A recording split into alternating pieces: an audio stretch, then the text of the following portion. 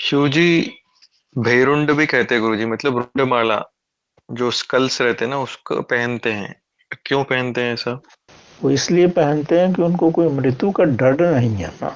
वो मृत्यु के देवता हैं। उनको भय नहीं लगता किसी से। जिसको भय लगता है वो ये काम नहीं करेगा। उनको किसी से भय नहीं लगता। जिसको भय नहीं लगेगा वही तो असाधारण काम करेगा।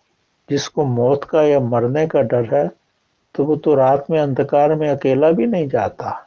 तो भयहीन होना ही शिव जी भगवान का बहुत बड़ा लक्षण है। इसीलिए वो विभूति को लगाते हैं। उन्हें मौत का डर ही नहीं है। वो तो बोलते हैं कि जिसने मौत के साथ ही संपर्क कर लिया तो जीवन में कुछ गलत काम कर ही नहीं सकता। इसीलिए कहा जाता है कि शमशान घाट जो है वो नगर के मध्य में ही बनाना चाहिए, ताकि लोग देखते रहें कि जीवन का अंत कैसे हो रहा है।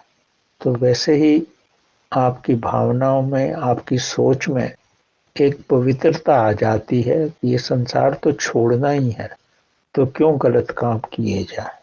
और फाइनली तो जब मरना ही है तो किसी की भी माला पहन लो, क्या फर्क पड़ता। इंसान हमेशा मौत से ही डरता है। जब जीवन में मौत का डर ही समाप्त हो जाए तो फिर व्यक्ति को कोई डर नहीं रहता। तभी कहा जाता है ना, 75 साल के बाद संन्यास आश्रम लिया जाता है, ताकि आपने संसार को छोड़ ही दिया है और प्रभु की तरफ जा रहे हो और घर से दूर हो। बच्चों से भी दूर हो, परिवार से भी दूर हो, संबंधियों से भी दूर हो। और अब आपकी यात्रा जो है मृत्यु की यात्रा है। जैसे पहले 25 साल जीवन की यात्रा रहती है और बीच में व्यस्क होने की यात्रा रहती है, इसी तरह बाद के जो 25 साल हैं वो मृत्यु को समझने की और मृत्यु की यात्रा है। अगर इसको समझ के आप मृत्यु के पास पहुंचोगे तो आप तो पूर्ण रूप से मुक्त ही हो जाओगे। मृत्यु को समझना और उसको आलिंगन करना इतना सरल नहीं है।